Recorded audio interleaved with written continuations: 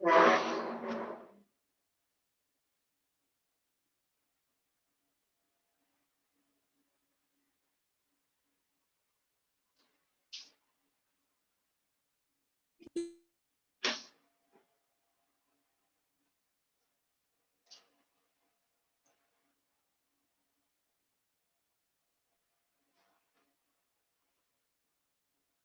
Evening बच्चों। Good evening sir.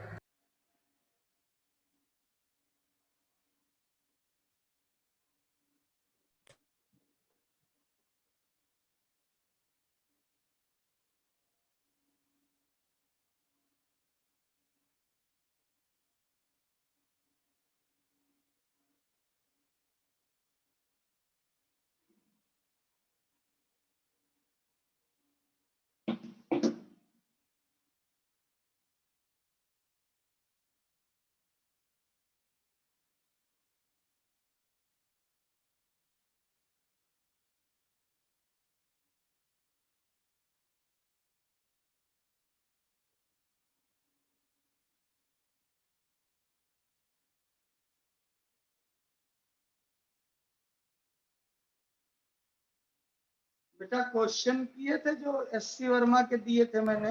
Yes sir, कुछ questions नहीं हुए, नहीं समझ में अच्छी आया बात कैसे है करना बेटा, नहीं होना तो फिजिक्स की निशानी है।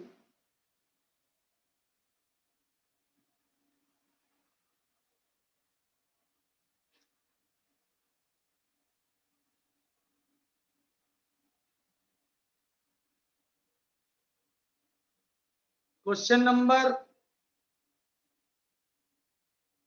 कौन सा नहीं हुआ?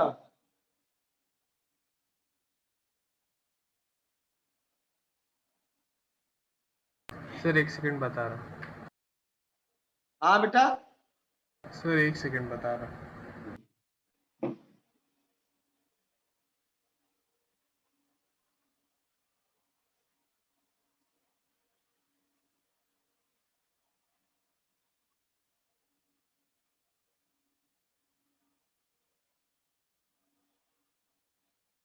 सर 5 वाला नहीं हुआ, 8 वाला नहीं हुआ,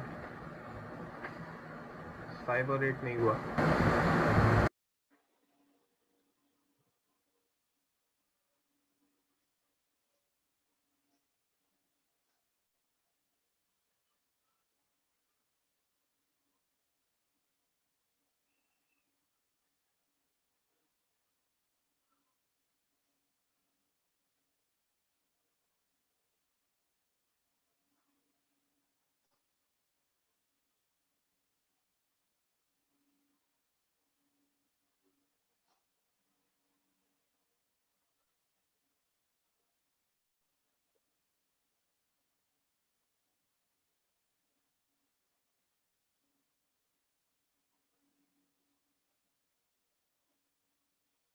क्या होगा? 1.5 cos 60,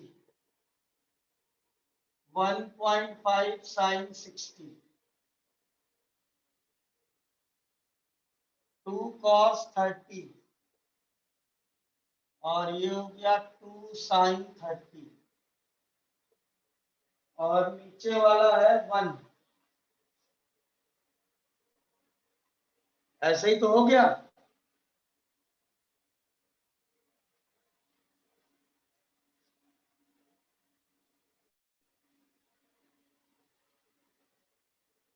तो आर एक्स होगा 2 cos 30 माइनस 1.5 cos 60 होगा बच्चे? Yes sir. सर इतना दिमाग नहीं लगा, मैं ध्यान नहीं दिया कि इसको साइन और कॉस में भी लिख सकते हैं। बेटा बेटा अभी कितना दिन हुआ है फिजिक्स सीखते सीखते? बहुत ज्यादा, 1 महीना। धीरे धीरे आ जाएगा बेटा। पहले हम लोगों को भी जब हम लोग पढ़ते थे ना तो लगता था ये क्या एकदम से डिवाइड कर दिया, सीधा सीधा वेक्टर था, 2 कंपोनेंट में बांट दिया। अब आदत ही पड़ गई है, जैसे ही देखेंगे किसी एंगल पे वेक्टर है तुरंत बांटने लगेंगे। आर वाई देखिए 1.5 sin 60 माइनस 2 प्लस 2 साइन 30 -1। समझ गए? Yes sir. इसको बेटा रिजॉल्व करने की जरूरत नहीं पड़ेगी, अगर करेंगे भी तो cos 90 वाला खत्म हो जाएगा। इधर cos 90 होगा, इधर sin 90 होगा, तो खत्म हो जाएगा। तो इसलिए 1 खाली लिख लिया। अब सॉल्व करना है। 2√3/2 -1.5 1/2 1.5 √3/2 प्लस 2 इंटू 1/2 -1, ये और ये कैंसिल हो गया, ये आ गया 0.75 √3, ये 2 से 2 कैंसिल हो गया, ये आ गया √3 माइनस 0.75। अब सॉल्व कर लीजिए, आ जाएगा। समझ गए बच्चों? Yes sir. 6th वाला बहुत इंपॉर्टेंट है, सबको आया? साइना बेटा 7th 5th वाला मैंने बता दिया, 6th वाला आया सबको?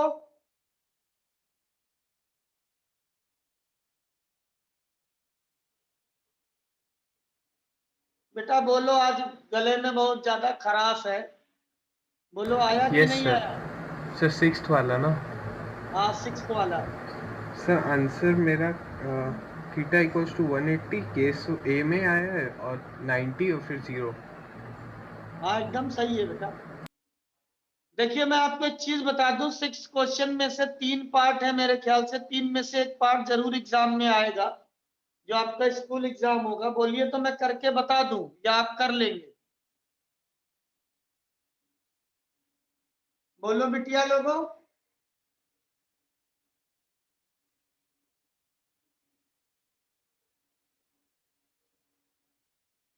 बोलो बच्चों। सर क्या मैं थोड़ा लेट ज्वाइन हुई? बेटा क्या बोल रहे, दोबारा बोल दे बच्चे। सर मैंने बोला मैं थोड़ा लेट ज्वाइन हुई, आप क्या पूछ रहे थे? मैं ये कह रहा था, मैंने पिछली क्लास में एससी वर्मा के क्वेश्चन करने को दिए थे, किया था कि नहीं किया था? देखिए 5th क्वेश्चन मैंने अभी बताया है।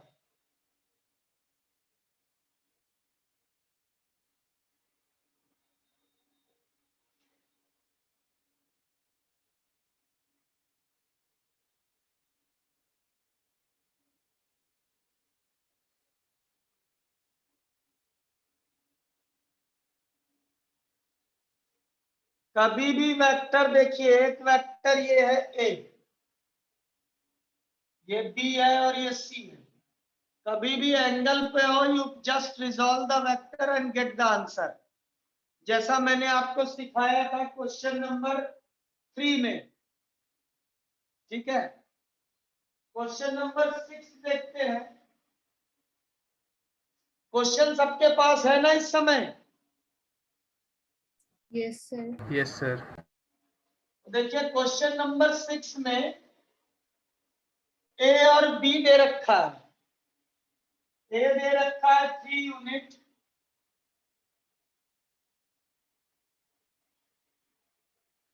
और बी दे रखा है आपके पास 4 यूनिट। फर्स्ट पार्ट में बोला है अगर आर की वैल्यू 1 यूनिट हो, और बी में बोला है आर की वैल्यू 5 यूनिट हो, और सी में बोला है 7 यूनिट हो, तो ए और बी के बीच में एंगल्स क्या होंगे? ठीक है, तो बेटा बहुत आसान है, आपको तीनों में एक ही फॉर्मूला लगाना है। A square plus B square plus 2ab cos theta.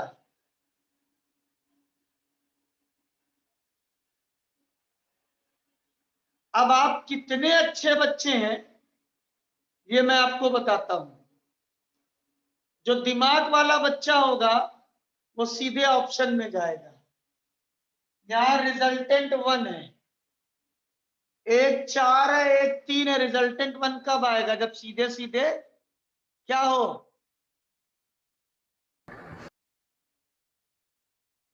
a minus B हो। तो थीटा इसमें कितना हो गया? 180 डिग्री। आई बात समझ में? निकालेंगे कैसे, देखिए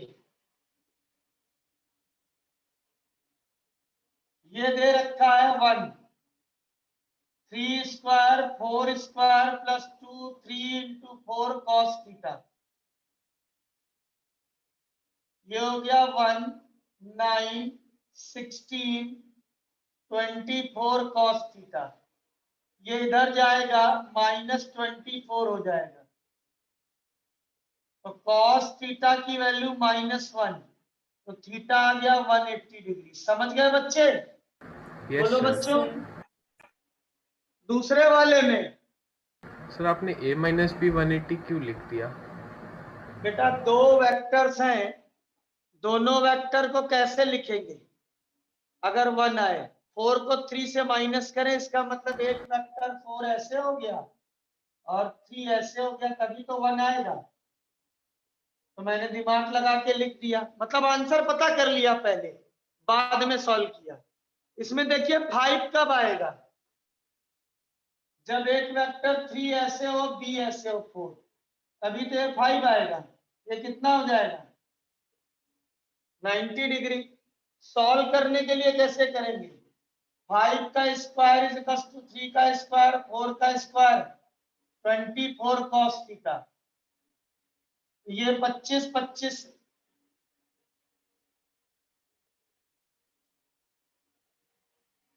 तो 25 is equal to 25 is equal to 24 cos theta. Cos theta की वैल्यू 0 तभी आएगी जब थीटा 90 होगा। समझ गए बच्चों?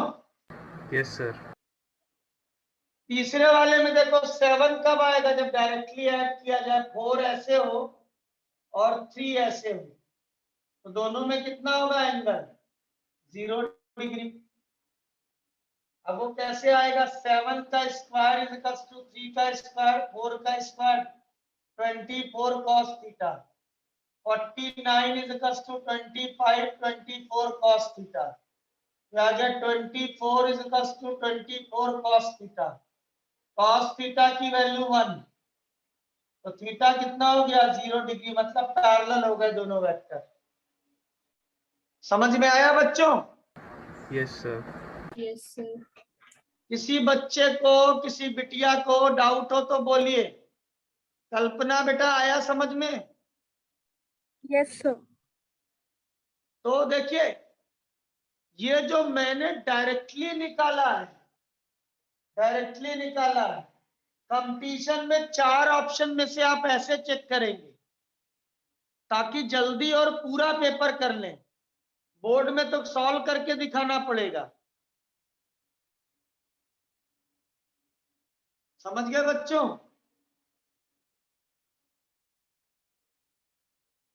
क्वेश्चन नंबर 7 मैंने क्लास में कराया था जिस दिन डिस्प्लेसमेंट आपको पढ़ाया था, याद है बच्चों? Yes sir. ये सब बहुत इंपॉर्टेंट है, आपके बेसिक इतना स्ट्रांग करेंगे कि हम बता नहीं सकते। क्वेश्चन नंबर 1 किसी से नहीं हुआ होगा, है ना? नो सही सर। कह रहा हूं?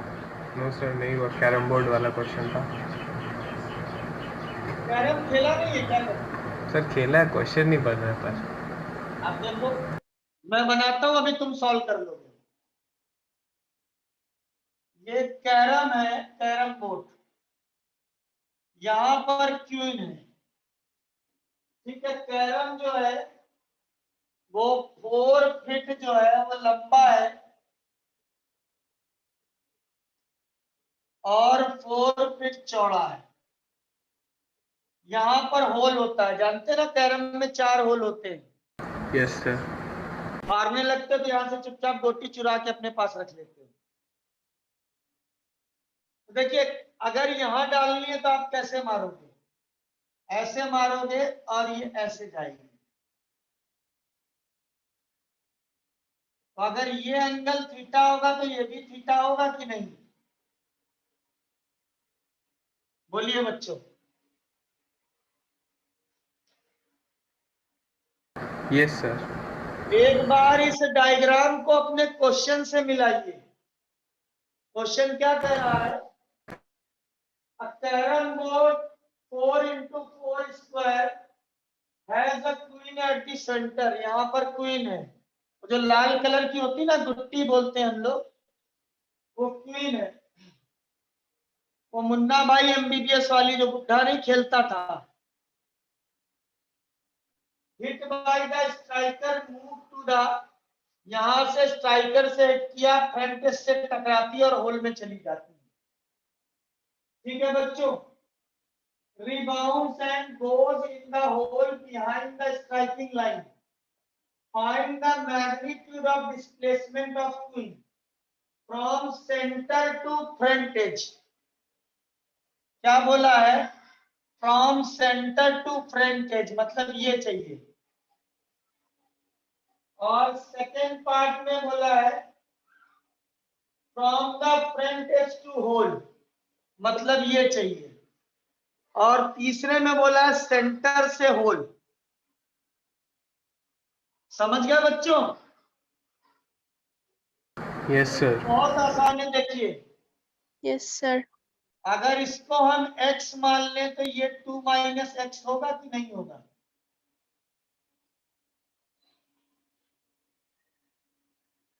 ये सर पूरा 2 2 क्यों? था, आपने हाफ हाफ ले लिया क्या?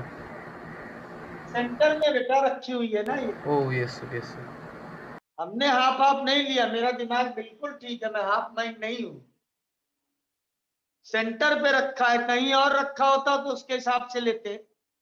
ठीक है, अभी देखिए बच्चों, यहां पर रखा है 2 फीट पर।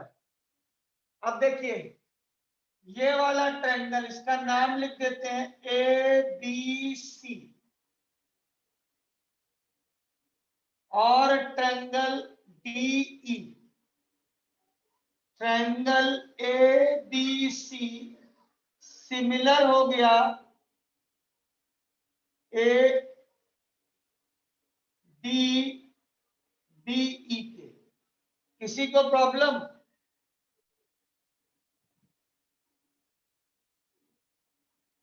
सर सिमिलर क्या लिखा है आपने? Similar triangle DBE, DBE. ठीक बेटा, ये 90, ये 90, ये एंगल इसके बराबर। किन्हीं दो ट्रायंगल के दो एंगल सेम हो तो वो सिमिलर होते हैं। ठीक बच्चे? Yes sir. यस बस सर। हो गया, क्वेश्चन ही हो गया। tan theta is equals to होगा perpendicular x upon 2 is equals to, बड़े वाले में tan थीटा क्या होगा? 2 माइनस एक्स अपॉन 4। क्लियर है? देख लीजिए, बहुत बढ़िया क्वेश्चन है, जेई में आया हुआ क्वेश्चन है।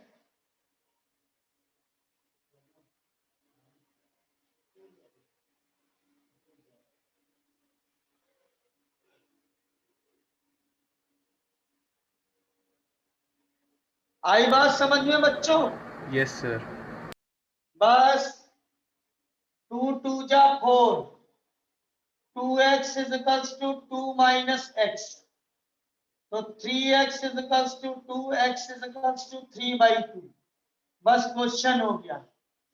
पहले पार्ट में क्या बोला? सेंटर से फ्रंट एज की डिस्टेंस। अगर इसको L मान ले तो L क्या होगा? Square root of X square plus 2 का स्क्वायर, मीन्स 2/3 का whole square plus 4, root 4/9 plus 4, 36 root 40/3, या 2 रूट 10/3। आ गया आंसर?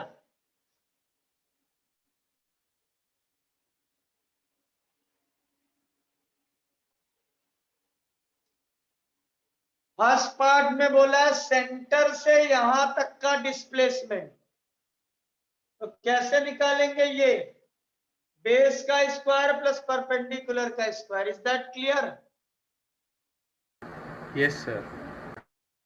अब इसको निकालना है बच्चे, तो ये कितना हो गया 2 माइनस एक्स, ये कितना हो गया 4, निकल आएगा b, b is equals to होगा 2 माइनस 2/3 होल स्क्वायर प्लस 4 का स्क्वायर, 3 2 जा 6 माइनस 4, 3 2 जा 6 माइनस 2 मतलब 16/9 प्लस 16। सॉल्व कर लेंगे, निकल आएगा 144 प्लस 60 160 रूट 160/3। ठीक। तीसरे में बोला ये h, तो h इज इक्वल्स टू होगा 2 का स्क्वायर प्लस 2 का स्क्वायर 2√2। आ गई बात समझ में?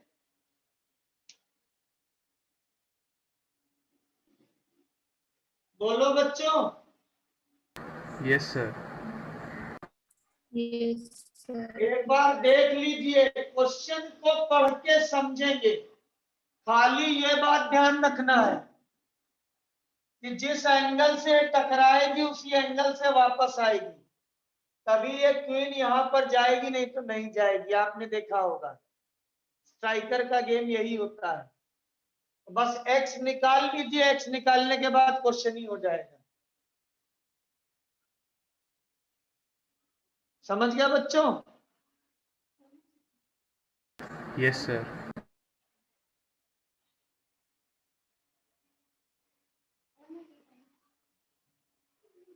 इसको भी सुना। क्वेश्चन नंबर 9 मैंने क्लास में डिस्कस किया था।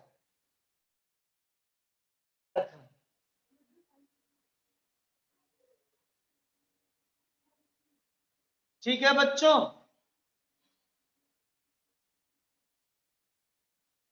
यस सर, मस्कीटो वाला आपने कराया था। हाँ, मॉस्किटो मच्छरदानी, आसाम की प्यारी चीज मच्छरदानी। तुम लोग लगाते हो मच्छरदानी?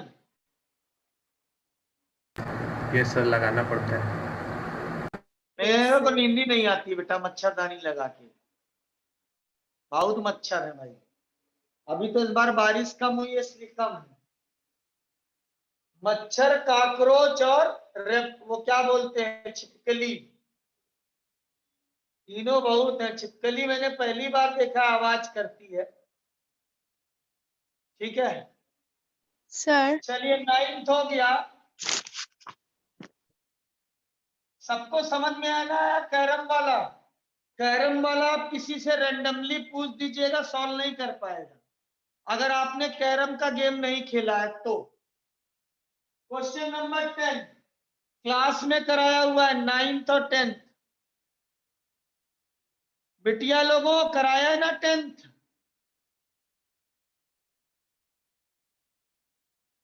Yes sir. सर 9th वाला करवाया था। 9th वाला दोबारा बता दे। ठीक,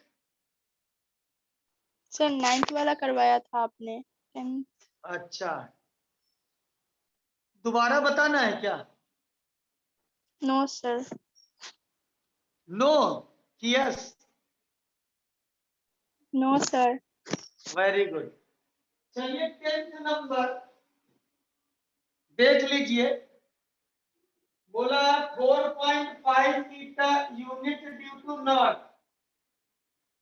तो 3a बोला गया, 3 से मल्टीप्लाई करके लिख दीजिए, नॉर्थ ही होगा। -4a, माइनस आने का मतलब नॉर्थ के एंटी पैरेलल, तो नॉर्थ का एंटी पैरेलल क्या होगा, साउथ हो जाएगा। समझ गए बच्चे?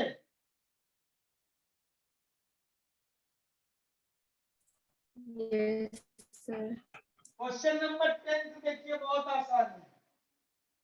Two vectors have magnitude 2 meter and 3 meter.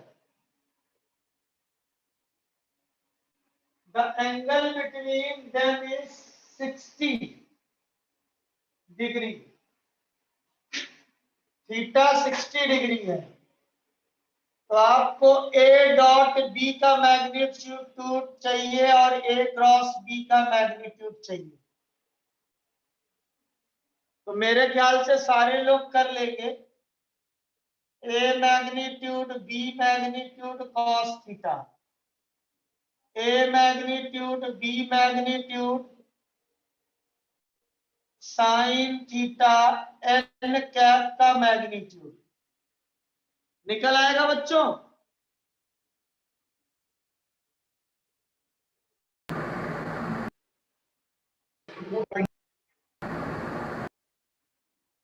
A हो गया 2, B हो गया 3 cos 60 1/2, 2 से 2 कैंसिल, 3 यूनिट आ गया।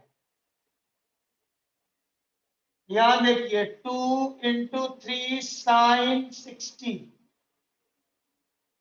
n कैप का मैग्नीट्यूड 6 इंटू √3/2, तो 3√3 आ गया। समझ गए बच्चों?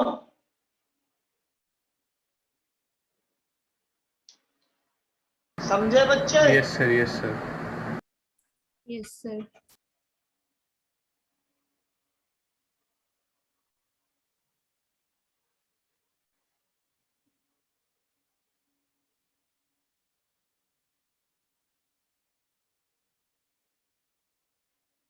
इलेवेंथ हो गया, 12th देखिए, 12th हो जाएगा।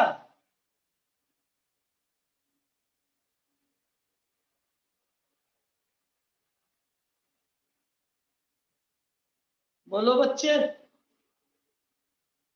सर मैं फोटो नहीं ले पाया था, इसलिए मैंने अभी ट्राई नहीं किया।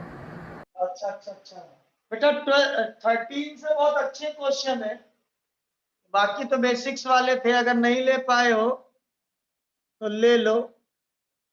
मैं आज सर से पीडीएफ मांग लेता हूँ एससी वर्मा का। अरे नेट पे भी पूरा पीडीएफ पड़ा हुआ है बेटा। सर ले लिया स्क्रीनशॉट। दिमाग लगाइए अब।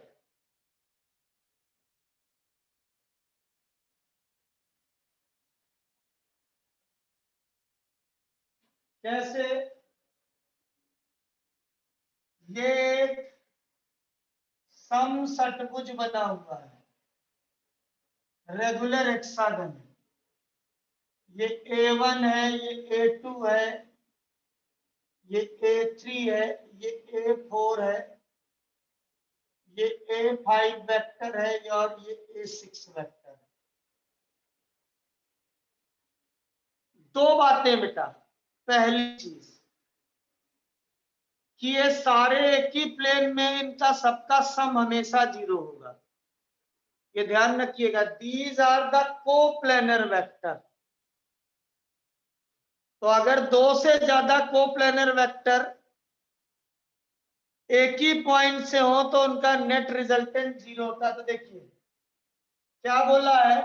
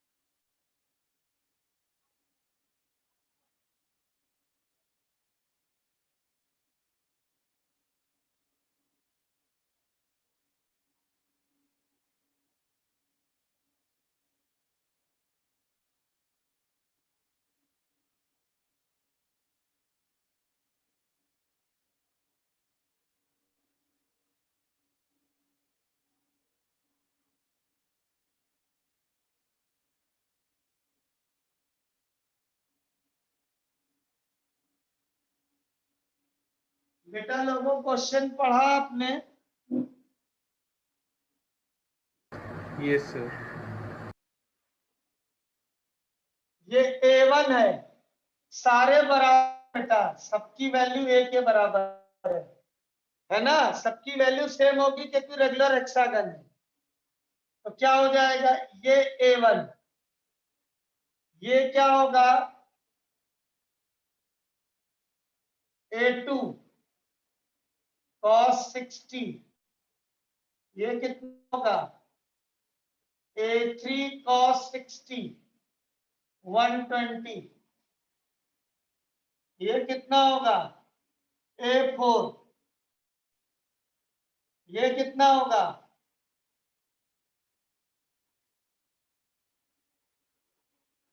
ये कितना होगा A5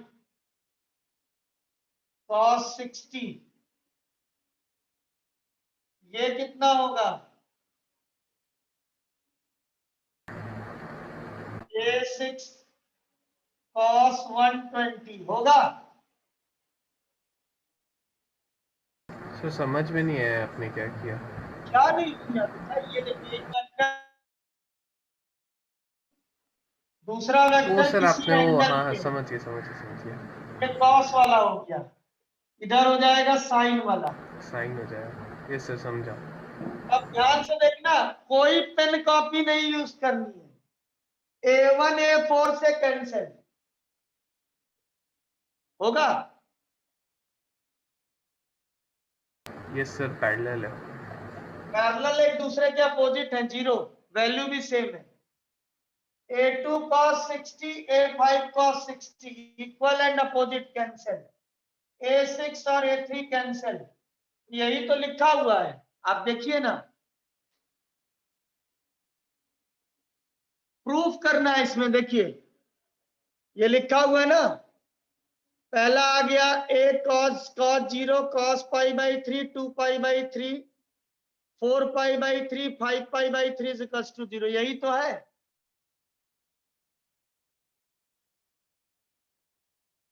समझ गए? Yes sir. ऐसे ही देखिए साइन में, ये हो गया साइन, इसका साइन कैसे होगा, ये 120 है, इसका साइन ऐसे आएगा, इसके परपेंडिकुलर ऐसे, ये दोनों कैंसिल, ऐसे साइन वाला भी कैंसिल हो जाएगा। ये क्वेश्चन आपको होमवर्क में फिर से सोचिएगा, खाली कंपोनेंट रिजॉल्व करना है और कुछ नहीं करना है, ठीक है? नहीं समझ में आए तो अलग बना लीजिए, A1 A2 ऐसे बना लीजिए, A3 ऐसे बना लीजिए, A4 ऐसे बना लीजिए, A5 ऐसे बना लीजिए और A6 ऐसे बना लीजिए। देखिए सब कैंसिल होके जीरो हो रहे हैं। आगे बात समझ में? Yes, sir.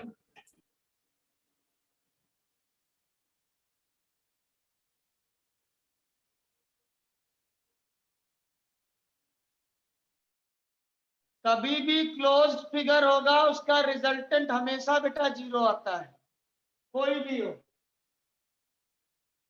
चलिए देखिए 13 देखते हैं, 13 सबने कर लिया होगा। एक वेक्टर ए दे रखा है और बी दे रखा है, आपसे एंगल पूछा गया cos theta is equal upon modulus of A modulus of B निकालना है। करके आंसर मैच करिए, जल्दी से कर लीजिए बेटा 2 मिनट के अंदर।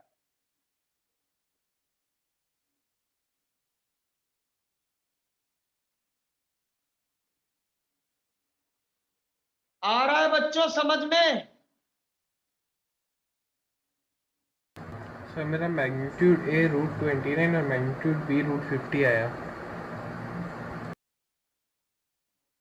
मैग्नीट्यूड आया होगा 2 का स्क्वायर 4 9 13 और 16 29, बी का भी 29 आया होगा, सॉरी गड़बड़ हो गया। सर B का 50 आया। मैं लिख देता हूं 2i cap plus 3j cap plus 4k cap.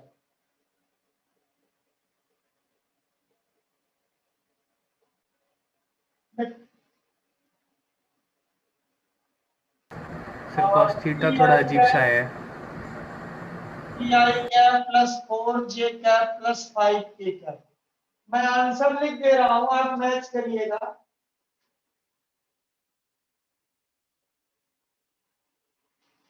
Question number 30, इसका आया है cos theta is equal to 38/14G50, 38/√1450। ठीक बच्चे,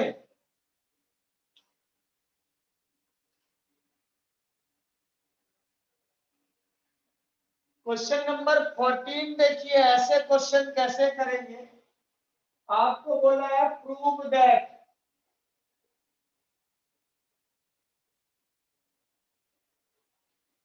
A dot A cross B is equals to 0।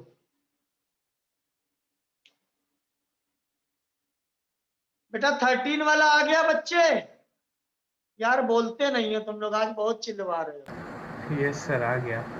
बेटी बोल रहा है, बाकी बिटिया लोग तो चुप बैठी है। खाना नहीं दिया क्या मम्मी ने आज? सर आ गया। चलिए देखिए, ऐसा क्वेश्चन कैसे करेंगे वो देखिए, ध्यान से देखिएगा। A क्रॉस B क्या होगा? AB sine theta n cap होगा ये। Yes sir. अब देखिए ये है नंबर, मतलब मैग्नीट्यूड है, तो आप इसको बाहर ले लीजिए।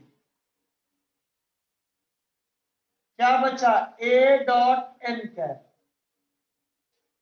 A का n कैप के साथ क्या रिश्ता है? मतलब A का n कैप के साथ कितना एंगल हो गया?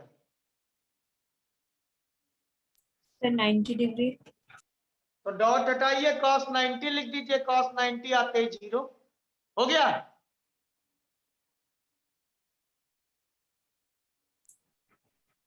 AB sine theta A magnitude of n cap 1 cos 90, तो कितना हो गया? 0। समझ गए बच्चे? Yes sir. देखिए कभी भी ऐसा क्वेश्चन हो, देखिए मैंने क्या कहा था, अगर A ऐसे है B ऐसे है तो इधर होता है A क्रॉस B, मतलब इधर होगा n कैप, तो A n के साथ क्या है? 90 डिग्री है। तो इन दोनों का डॉट प्रोडक्ट क्या होगा? cos 90 आएगा, तो अपने आप 0 हो जाएगा। समझ गए बच्चे? Yes sir.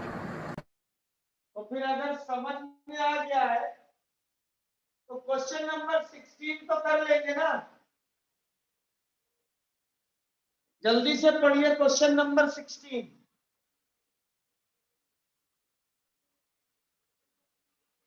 क्वेश्चन नंबर 16 बोल रहा है A is equals to 2i plus 3j plus 4k। A is equals to 2i plus 3j plus 4k।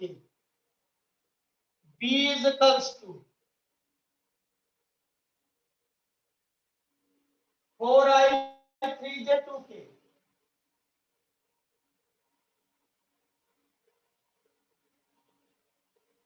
आपको बोला A क्रॉस B निकालिए, निकाल लेंगे डिटर्मिनेंट बना के। Yes yes sir. सर। निकाल लीजिए, आंसर मैं दे दे रहा हूं, मैच कर लीजिए। अगर नहीं मैच होगा तो मैं फिर आपको सॉल्व करके बताऊंगा। -6i प्लस 12j -6 के, ये आएगा। जल्दी से निकालिए डिटर्मिनेंट बना के। देखिए अगर आपके मन में ख्याल आ रहा हो कि sir I cap J cap, I के ऊपर एरो बनाया गया है, कैप नहीं बनाया गया है बुक में, अगर ये मन में ख्याल आ रहा हो तो बताइए। बुक में देखिए है ना एरो बना हुआ। Yes sir. सर पहले आया था, अभी पता चल गया वो कैप ही रिप्रेजेंट करता है। क्या बेटा? सर स्टार्टिंग में लगा था कि कुछ अलग है, पर अभी वही है कि कैप ही है वो। अलग कुछ नहीं है। पहले क्या होता था, प्रिंटिंग जो होती थी वो टाइपिंग मशीन से होती थी, तो टाइपिंग मशीन में कैप का साइन नहीं होता। कंप्यूटर था नहीं बेटा। ये किताब जो है वो 1983 में लिखी गई है, तो उस समय वो आंसू लिप चलती थी, टंकण चलता था टाइपिंग, तो टाइपिंग में सिंबल नहीं होते हैं बेटा। तो जितनी भी पुरानी किताबें होंगी उसमें एरो बना दिया गया है टाइपिंग मशीन से। है नई किताबों में आपको कैप ही लिखा मिलेगा। ठीक है, समझ गए? This is printing generation gap. ये वाला निकालिए बच्चे जल्दी से।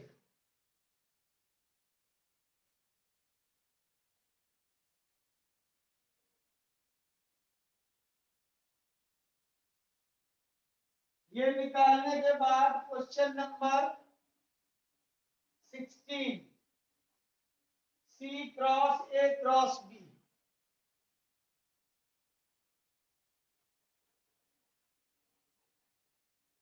जीरो प्रूफ करना है।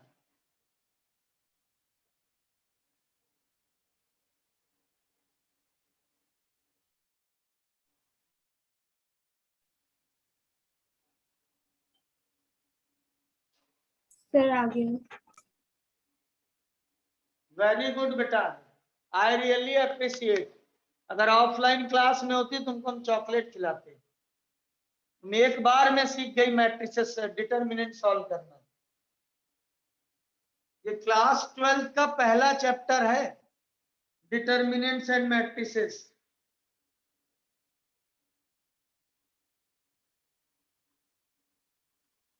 आ गया बेटा सबका ये? सर एक सेकंड, बीच में अटक गया। हाँ आराम से करिए बेटा, आराम से करिए। सिलेबस सातगांव का सबसे आगे चल रहा है और बहुत धीरे पढ़ा रहे तब भी। उसका कारण है सातगांव में पूरा 1.5 घंटा क्लास लगती है, बाकी जगह लेट आईडी आती है। तुम्हारे आतिश सर बहुत एक्टिव रहते हैं।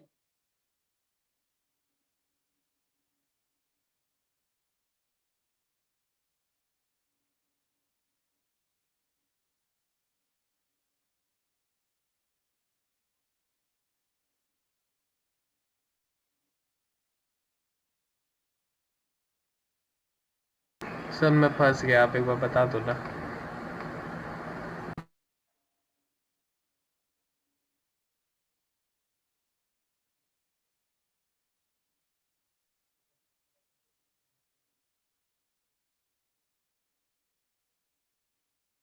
सर आंसर क्या है? क्या कह रहे हो बेटा? सर निकाल लिया है, आंसर क्या है वो पूछ रही हूँ।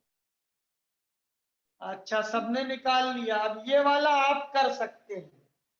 क्या बोला है? A B C are mutually perpendicular.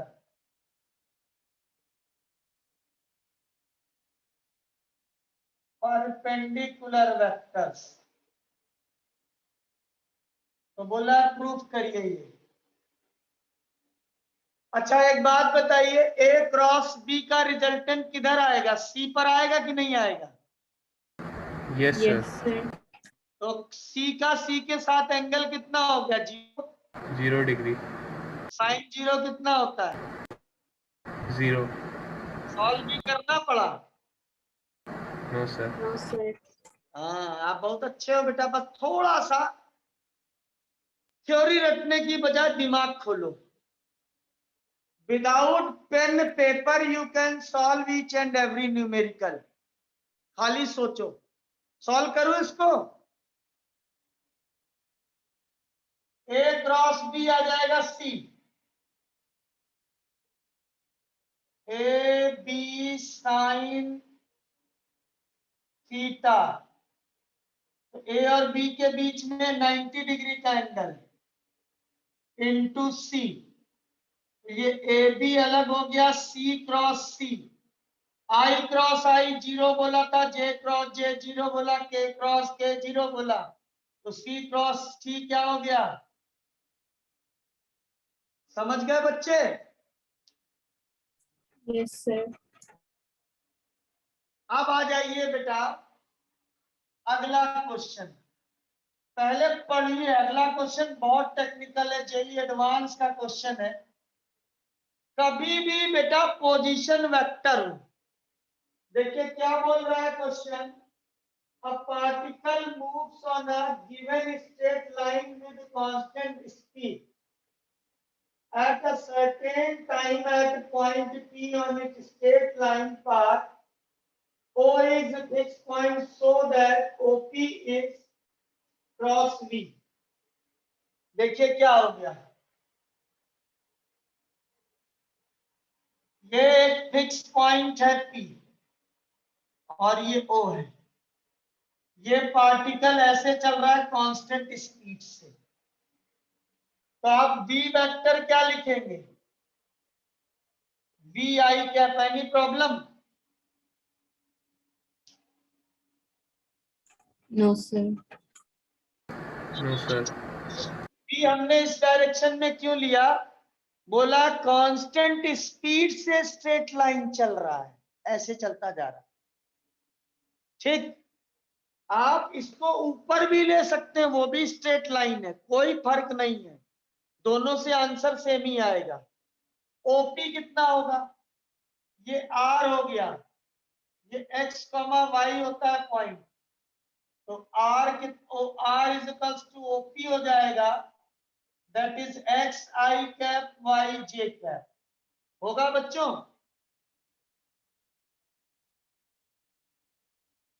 Yes sir, हो जाएगा। Yes sir. अब क्या चाहिए? ओपी क्रॉस वी, मतलब ओपी क्रॉस वी। तो हमने क्या किया, X I cap plus Y J cap cross V I cap, I dot I जी, आई क्रॉस आई खत्म, Y J cross I minus K Y D minus के। अब ध्यान से देखिएगा, पॉइंट कहां था? एक्स कॉमा वाई पर, यहां कहीं पर आई कैप जे कैप है? नहीं है, तो पोजीशन से इंडिपेंडेंट होगा, मींस पार्टिकल एक्स वाई में पोजीशन नहीं बदलेगा। समझ गए? सर एक बार फिर से बता दीजिए। Question last line, show that OP cross V is independent of position P. Position P की क्या थी? एक्स आई कैप में और जे कैप में थी। आई किसमें है? एक्स जे एक्सिस। कैप, इसलिए एक्स वाई का वेक्टर नहीं है, पोजीशन वेक्टर क्वांटिटी होती है, इसलिए इंडिपेंडेंट फ्रॉम पोजीशन। ठीक है,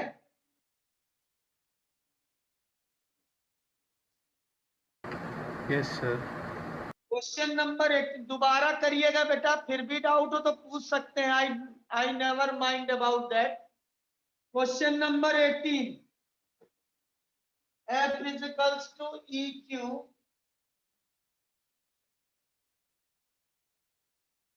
प्लस QV क्रॉस B बोला।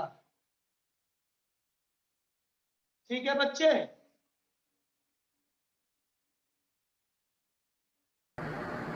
सर इक्वेशन नहीं समझा।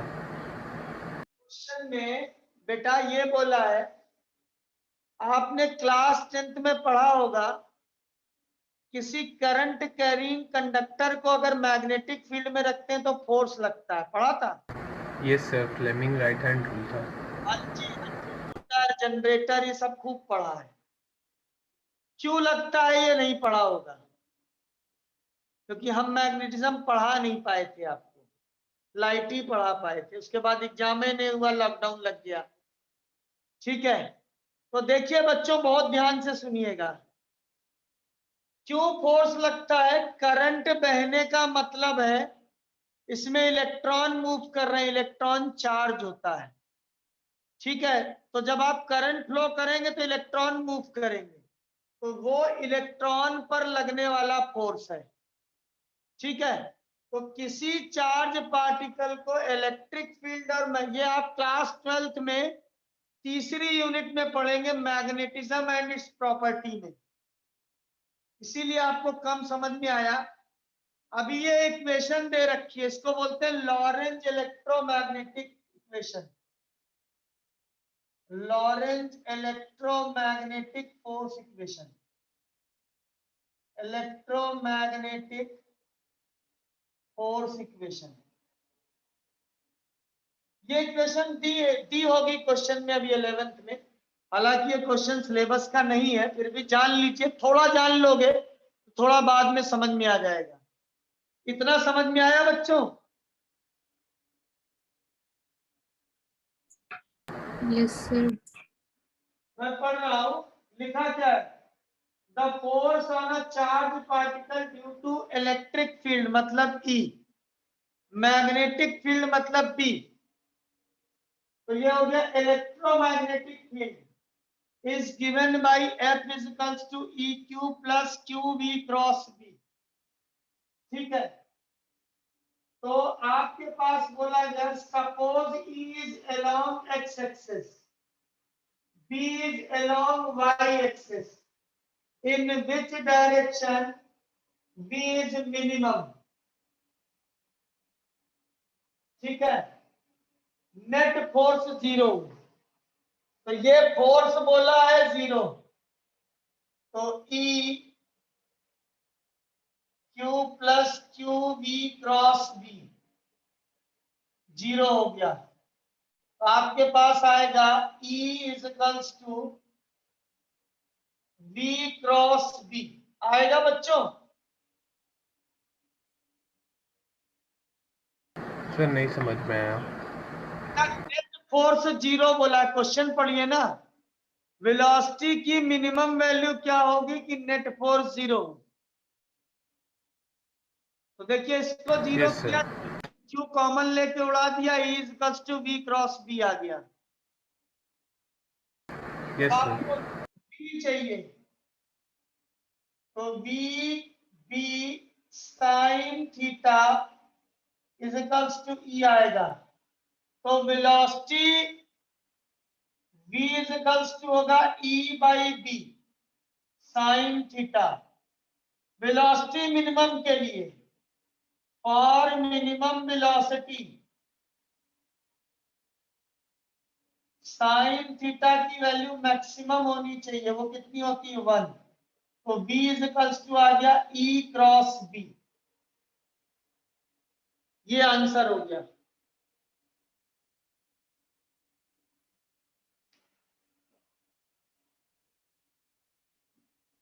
दोबारा बताऊं? Yes sir. Yes sir. J Thomson का नाम सुना है? हाँ यस सर। जे थॉमसन ने इसी इक्वेशन का यूज करके इलेक्ट्रॉन के चार्ज और मास का रेशियो निकाला था, जिसे स्पेसिफिक चार्ज बोलते हैं। आपको एटॉमिक स्ट्रक्चर में पढ़ाया गया होगा या पढ़ाया जाएगा। क्या था? F is equals to EQ plus QV cross B। सबसे पहले तो डायरेक्शन निकालेंगे,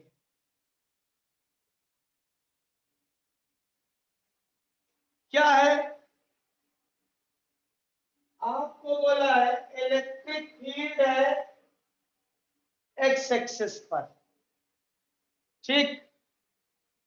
मैग्नेटिक फील्ड है वाई एक्सिस पर, ठीक है। तो फोर्स किधर लगेगा? जेड एक्सिस पर। ये क्लियर है? Yes sir. ई बी दोनों के क्रॉस है, इसलिए दोनों के परपेंडिकुलर आएगा।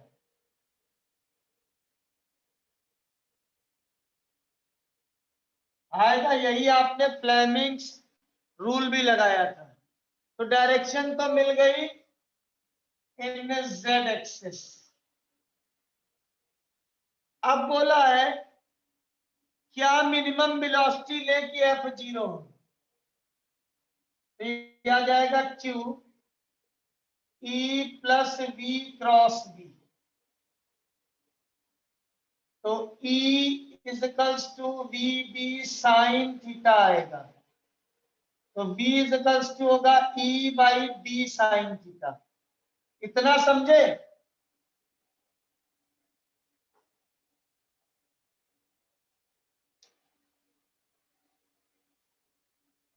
आ गया?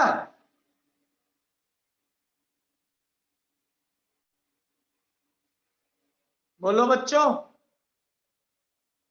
Yes sir.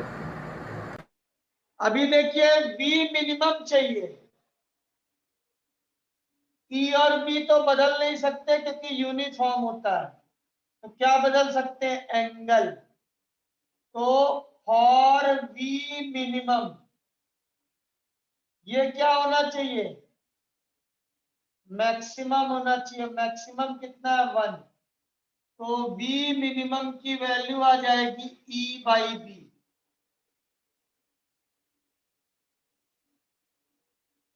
ये आंसर हो गया, नोट कर लीजिए।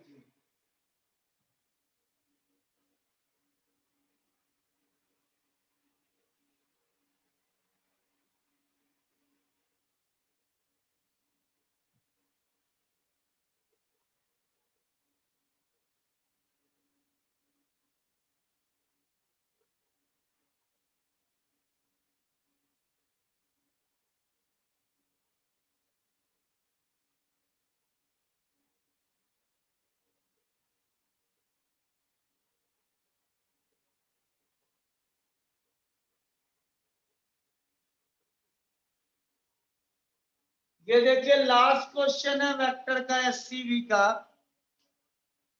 ए dot B is equals to C dot B है। बोला ये कब ट्रू होगा, लेकिन साथ में कंडीशन दे रखी है ए is not equals to C.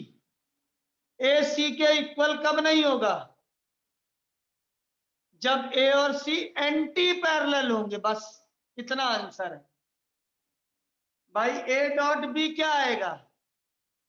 A B cos theta. C dot B क्या आएगा? C B cos theta. तो ए और सी कब इक्वल होंगे? यहां मैग्नीट्यूड लिया गया है, तो मैग्नीट्यूड मतलब ए और सी एंटी पैरेलल होना चाहिए।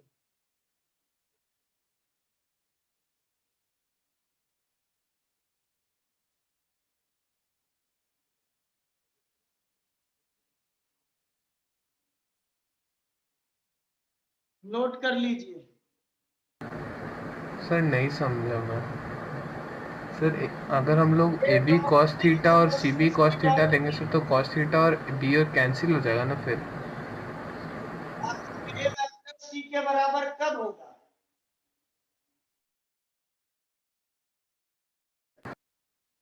सर इसे मैं चेक कर लेता। वेक्टर वेक्टर बराबर, मैग्नीट्यूड में तो दोनों बराबर होंगे हर केस में, लेकिन यहां पर हमें वो कंडीशन बतानी है जब ए और सी नॉट इक्वल हो।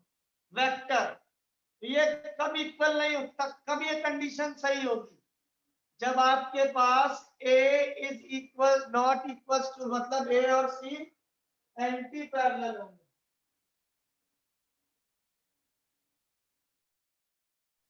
इसमें बोला गिव एन एग्जांपल। जब ये ट्रू हो, क्वेश्चन पढ़िए ठीक से, ये ट्रू तभी होगा जब ए और सी एंटी पैरेलल हो। वेक्टर में ऐसे बी और ऐसे बी काट नहीं सकते हैं बच्चे। सर वो तो मॉड भी हो जाएगा ना, तो मैग्नीट्यूड हो जाएगा ना उसका। तो बी कटेगा, थीटा थोड़ी कटेगा।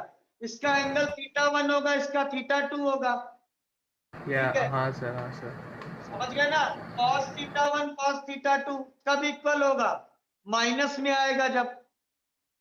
Yes sir. ये वेक्टर्स के क्वेश्चन थे आपके पास में, सारे मैंने करा दिया, कोई भी वेक्टर का क्वेश्चन नहीं है।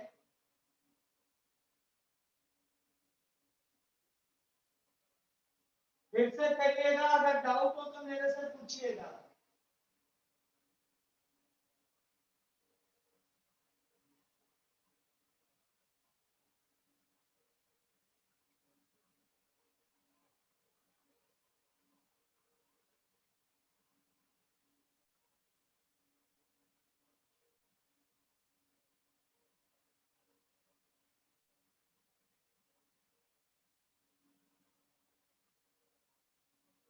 आ गया समझ में बच्चों?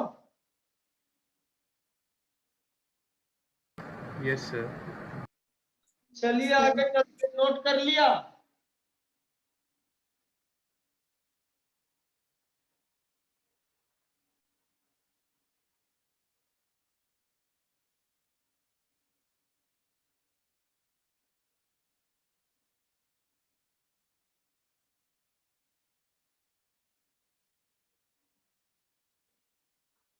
कर लिया नोट बच्चों? Yes sir. Yes sir sir. हाँ बेटा। सर इसका एग्जाम्पल वही होगा क्वेश्चन में जो है? हाँ बेटा वही है भाई। ये कब पॉसिबल होगा? जब एंटी पैरेलल, नहीं तो ये तो ए और सी बराबर होंगे तभी ये इक्वल होगा। भाई बी और बी है, या ए और सी इक्वल होना चाहिए। लेकिन ये तभी पॉसिबल होगा जब एंगल अलग होगा। मतलब एक अगर एक्स एक्सिस में है तो दूसरा वाई में होना चाहिए, मतलब एंटी पैरेलल। सोचिएगा बेटा, आ जाएगा समझ में, नहीं तो हम नेक्स्ट क्लास में फिर से डिस्कस कर देंगे। सोचने से समझ में आएगा, इसीलिए मैंने सारे क्वेश्चंस आपको बताए हैं, आपने नोट कर लिया, क्वेश्चन भी है आपके पास। ठीक है, चलिए आगे देखते हैं। मोशन इन प्लेन, इसको हम कहते हैं प्रोजेक्टाइल मोशन।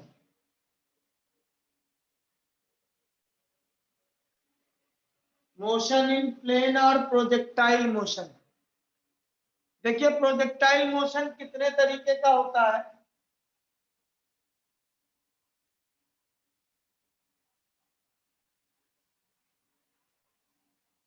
सबसे पहला है ऑब्लिक प्रोजेक्टाइल,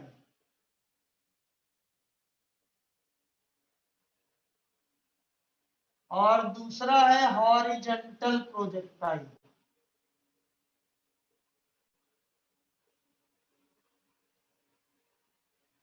और तीसरा है आपके पास प्रोजेक्टाइल, ये ओनली फॉर कॉम्पिटिटिव एग्जामिनेशन। ये दोनों आपके बोर्ड कंपटीशन सब में है। Projectile on a moving frame of reference. बेटा अभी लिखिएगा नहीं, जब मैं समझा दूं पूरा तब लिखिएगा, ये आदत डाल लीजिए। देखिए ऑब्लिक प्रोजेक्टाइल, ऑब्लिक मतलब होता है किसी एंगल पर। जैसे कोई आदमी यहाँ खड़ा हुआ है, यू वेलोसिटी से थीटा एंगल से बॉल फेंकी इसने किसी एंगल पे, तो ये बॉल ऐसे मूव करके गिरी, इसको बोलते हैं ऑब्लिक प्रोजेक्टाइल। समझ गए? Yes sir. जैसे कैनन, कैनन जानते हैं ना? Yes sir. तोप, तोप जानते हैं ना सब लोग? Yes sir. तो कैनन कैसे लगी होती है? ऐसे लगी होती है, ऐसे गोला मारा, गोला ऐसे गिरता है। गोली नहीं गिरती, गोला गिरता है। गोली तो सीधे जाती है। अगर बहुत दूर निशाना लगाएंगे तब गोली प्रोजेक्टाइल मोशन करती है। हॉरिजॉन्टल प्रोजेक्टाइल, एक आदमी छत पे बैठा हुआ है, ये बिल्डिंग है, दिस इज द बिल्डिंग। यहां से उसने यू वेलोसिटी से बॉल फेंका या कुछ भी फेंका तो ऐसे गिरा, इसे बोलते हैं हॉरिजॉन्टल प्रोजेक्टाइल। समझ गए बच्चों? हॉरिजॉन्टल मतलब हमने सीधे सीधे फेंक दिया। यस सर, समझा। तीसरा देखिए, एक लड़का यहां पर खड़ा है और ये एक ट्रक है, इस ट्रक पर एक लड़का यहां खड़ा है, इसने बॉल फेंकी और ये ट्रॉली चल रही है वी वेलोसिटी से। तो देखिए इस लड़के के लिए बॉल क्या होगी, ऊपर गई नीचे आ गई, यही होगा ना? Yes sir. जो लड़का ट्रक पर है उसके लिए बॉल का पार्ट स्ट्रेट लाइन होगा, ऊपर गई नीचे आ गई, मोशन अंडर ग्रेविटी होगा। ये जो यहां खड़ा है इसके लिए बॉल भी ऊपर गई और ट्रक भी नहीं आगे गया, तो एक्स और वाई दोनों में मोशन हो रहा होता है, तो उसको प्रोजेक्टाइल बोलते हैं।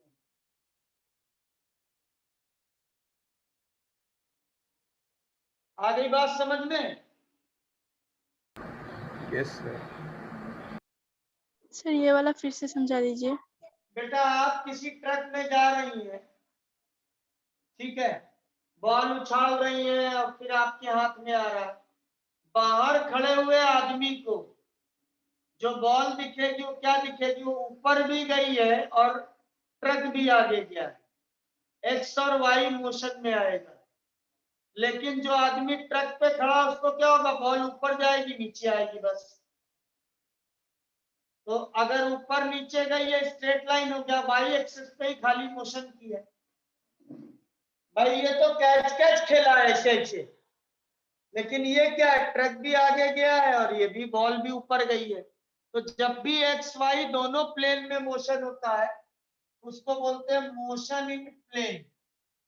अभी तक इससे पहले वेक्टर से पहले हमने जितना पढ़ाया था, मोशन इन स्ट्रेट लाइन मतलब ग्राफ ग्राफ वगैरह जो पढ़ाया था वो सब मोशन इन स्ट्रेट लाइन था। समझ गए बच्चों? लिख लीजिए, 3 तरीके का प्रोजेक्टाइल लैंग्वेज में समझाया है, आप क्वेश्चन बनाने लगेंगे।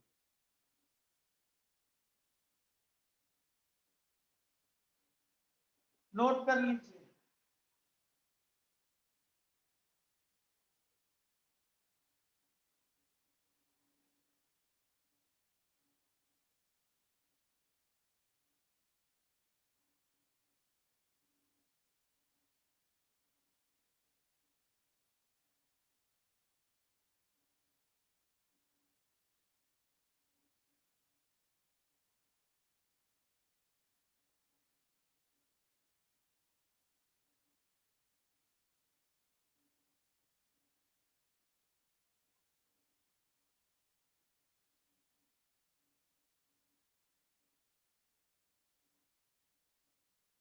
कर लिया बच्चों? Sir 1 minute. मैं सबका एग्जाम्पल फिर से देख कर बताऊंगा।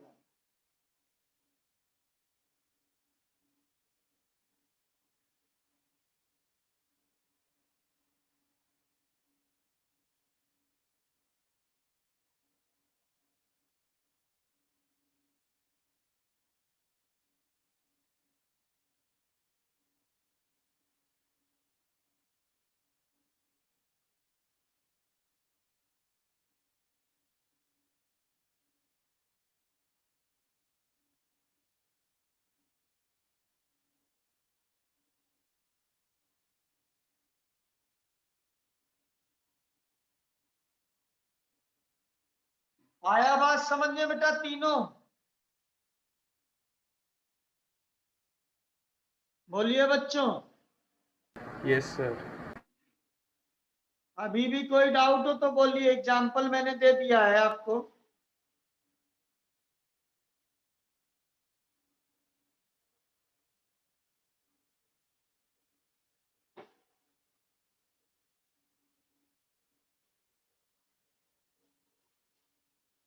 देखिए इसमें सबसे लंबा है ऑब्लिक प्रोजेक्टाइल, इसीलिए देखिएगा एनसीईआरटी में मोशन इन प्लेन पूरा अलग सा एक टॉपिक क्या है, चैप्टर है।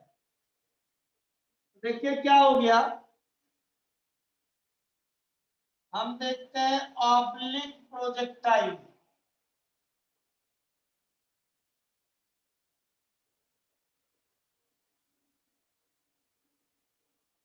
क्या हो गया, सबसे पहली चीज तो देखिए एक्स एक्सेस हो गया, वाई एक्सेस हो गया।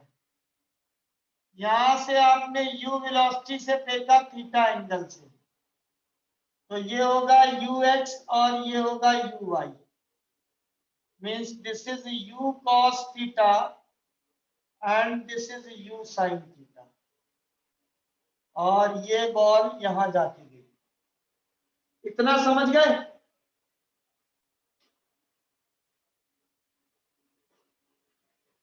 यू कॉस थीटा इसको आगे ले जाएगा, यू साइन थीटा ऊपर ले जाएगा, दोनों का रिजल्टेंट यू रहता है। ठीक है, कहीं भी आपको वेलोसिटी निकालनी, यहां निकालनी हो ऐसे ड्रॉ कर दीजिए, यहां निकालनी हो ऐसे ड्रॉ कर दीजिए, टेंजेंट लेंगे। देखिए हर जगह वेलोसिटी बदल रही है। ठीक है, कौन सी वेलोसिटी बदल रही है? Vertical velocity, horizontal velocity same रह रही है। हम देखते हैं in horizontal axis, in horizontal axis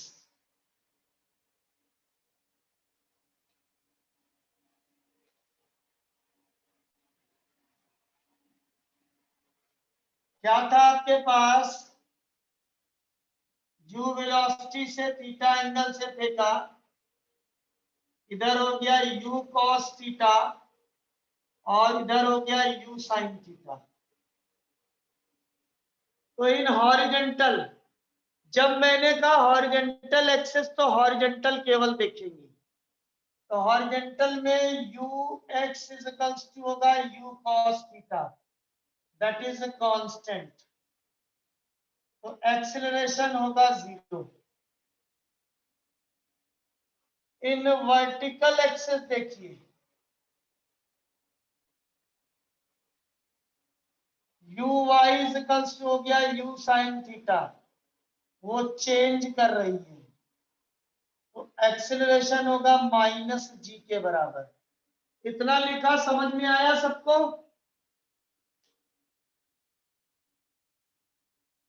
yes sir. देखिए बेटा यू कॉस थीटा क्यों नहीं बदला है? एक ही डायरेक्शन में स्पीड है, वेलोसिटी, तो ये कांस्टेंट रही, तो एक्सीलरेशन 0 हो जाएगा। जब वेलोसिटी कांस्टेंट है तो ये 0। वर्टिकल में जब आपने फेंका था तो बहुत तेज गया, यहां पर देखिए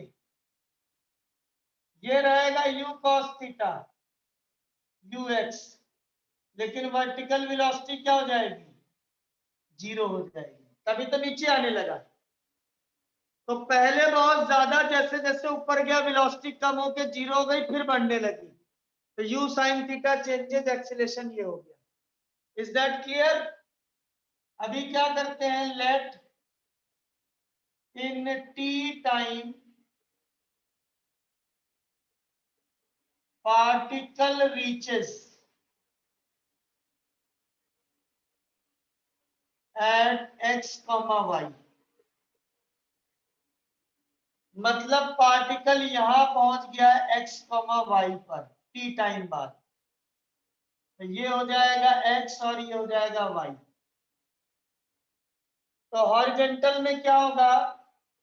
डिस्टेंस इज इक्वल्स टू होगा स्पीड इनटू टाइम, ये है x, ये है u cos theta into T, तो t इज इक्वल्स टू आ जाएगा x upon u cos theta. ये तो हो गया x एक्सिस में। y एक्सिस में क्या हुआ? s इज इक्वल्स टू होता है ut plus half at square, s हो गया y, u हो गया uy into T, half A Y into T square, Y U की वैल्यू हो गई U sine theta into T minus half G T square. इतनी बात समझ में आई बच्चों?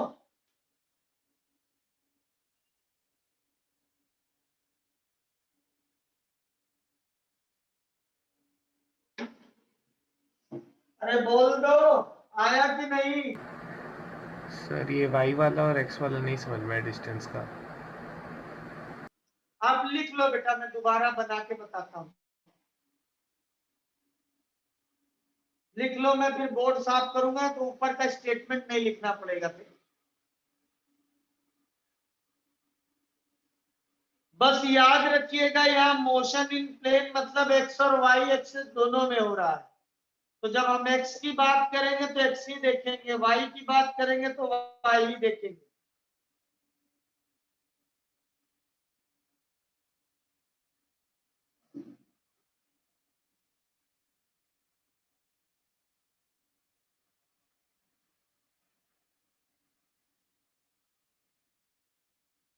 लिख लेना तो बताना, मैं दोबारा समझाऊंगा। अभी ये चलेगा बेटा, कम से कम 3-4 क्लास चलेगा।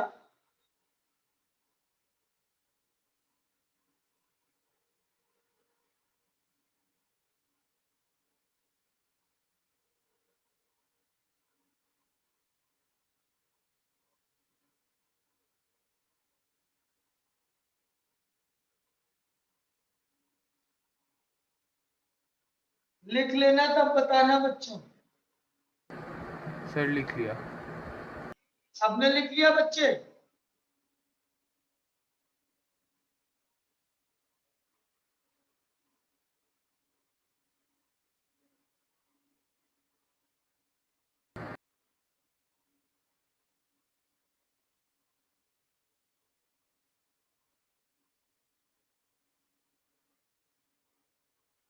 सबने लिखा बच्चों? सर मैंने लिख लिया। बाकी तो बोल ही नहीं रहा है कोई।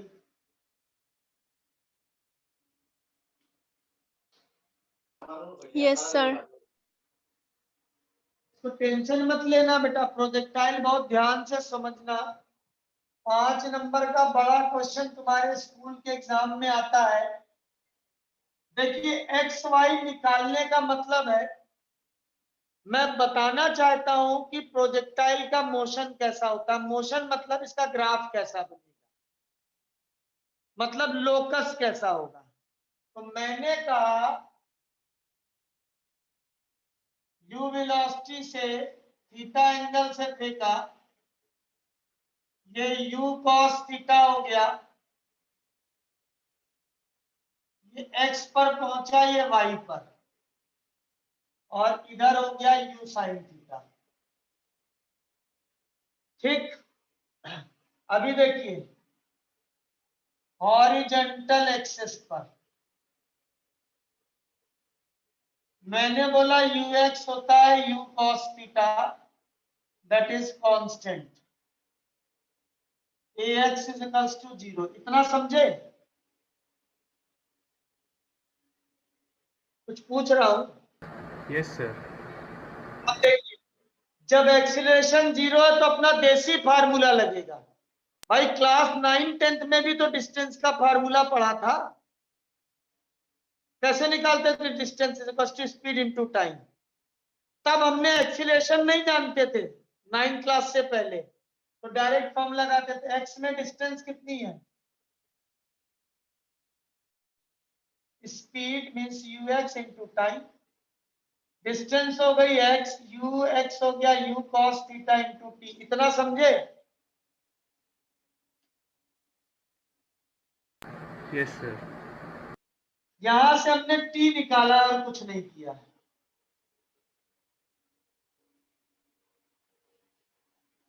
अभी देखिए वर्टिकल एक्सिस पर, देखिए in vertical axis u Y is equals to u sign,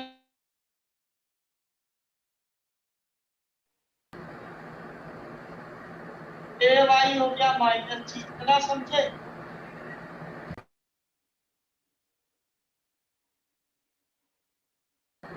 yes sir. तो इक्वेशन क्या होती है? एक्सीलरेशन हो रहा है तो हमें वो 3 इक्वेशन की याद आ जाएगी। s is equals to u t plus half a t square. s क्या है? y। ये वर्टिकल में देख रहे हैं, ये है यू वाई टी। एक्सीलरेशन है A Y into T square.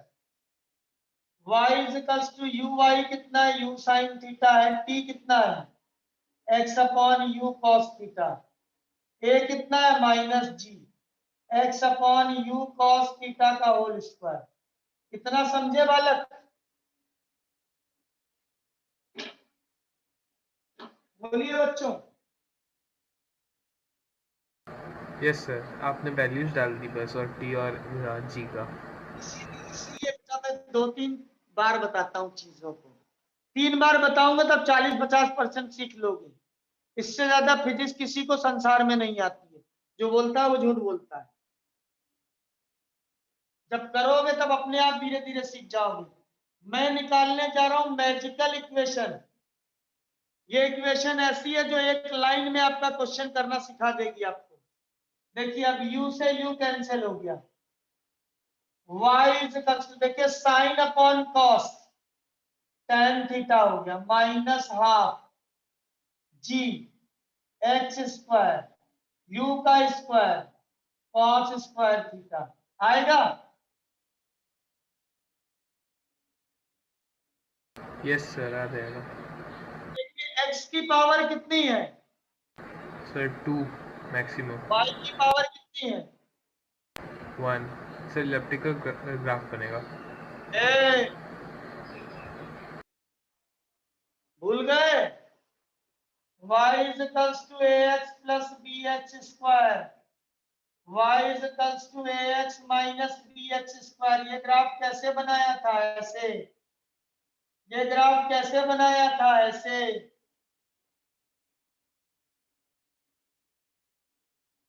ये किसकी इक्वेशन है, y is equals to ax minus bx square।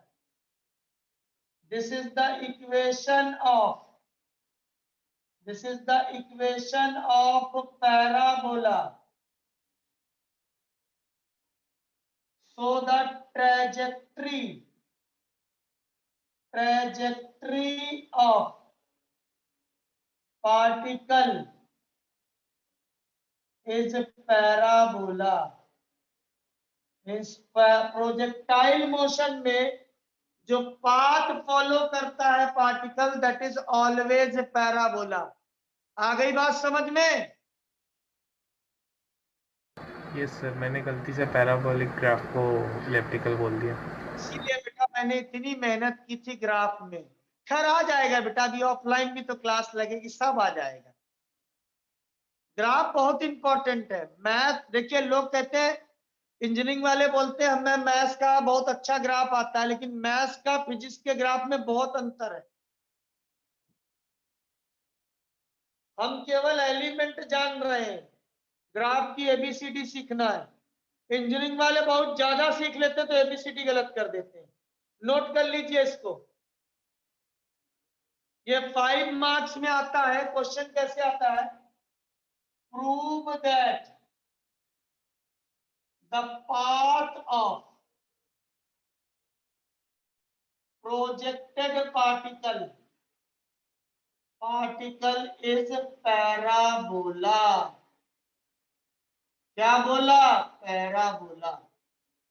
Trajectory का मतलब होता है गमन पथ, चलने का रास्ता। There are 3 names of this equation. अब अगली क्लास में हम इसको यूज करना बताएंगे, पहले लिख लीजिए फटाफट पूरा। जहां तक पहले लिखा था उसके आगे लिखिएगा। आपने यहां तक लिख लिया था, उसके बाद ये लिख लीजिएगा। सबको समझ में आया बच्चों? Yes sir.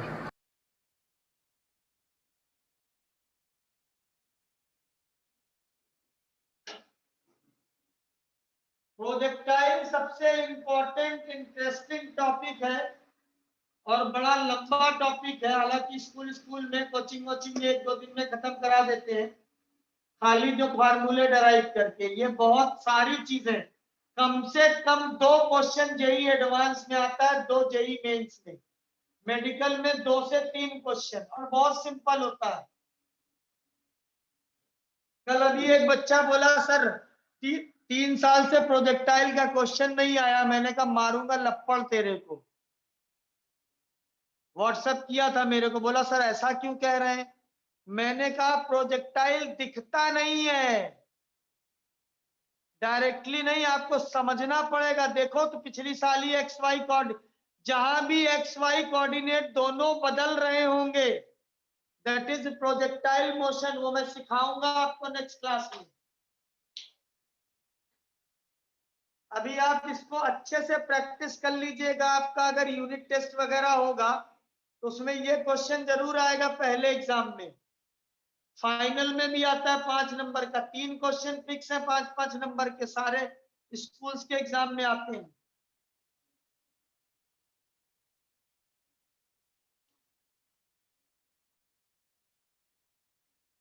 आया समझ में बच्चों?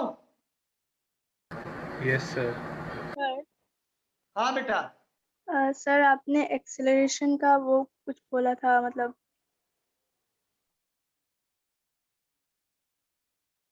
पहले का फॉर्मूला जैसे।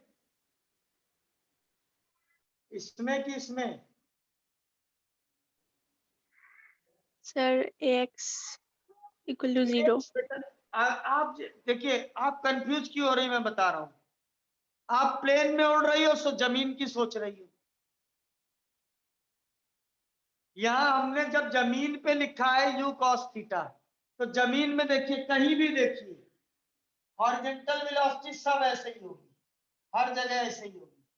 तो हॉरिजॉन्टल वेलोसिटी नहीं बदल रही है ना बेटा। आप यहां भी टेंजेंट ड्रॉ करोगे तो थीटा तो सेम हो गया, u cos थीटा रहा। वर्टिकल वेलोसिटी बदल रही है। क्यों? यहां पर ऊपर तभी जाएगा जब वेलोसिटी होगी ऊपर वाली। तो यू वाई यहां मैक्सिमम जहां फेंका है, यहां पर हाईएस्ट पॉइंट पर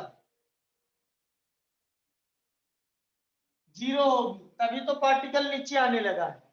तो ax कांस्टेंट, x की 0 होगी, हॉरिजॉन्टल में कोई एक्सीलरेशन नहीं हो रहा है।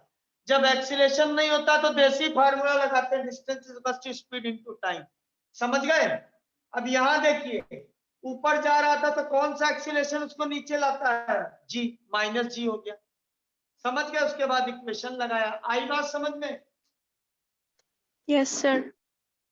कोई बात नहीं बेटा, अगली क्लास में मैं फिर बता दूंगा शुरू से। अभी इसको पूरा नोट करके आप सोचिएगा, और एनसीईआरटी में पैराग्राफ लिखा हुआ उसको जरूर पढ़िएगा। एनसीईआरटी है आपके पास? Yes sir. ठीक है, नहीं होगा तो मैं भेज दूंगा पैराग्राफ वो, जहां से भी मुझको मिलेगा। ठीक है बच्चे, आज की आपकी ये क्लास थी, मिलते हैं परसों। बाय बाय बच्चों।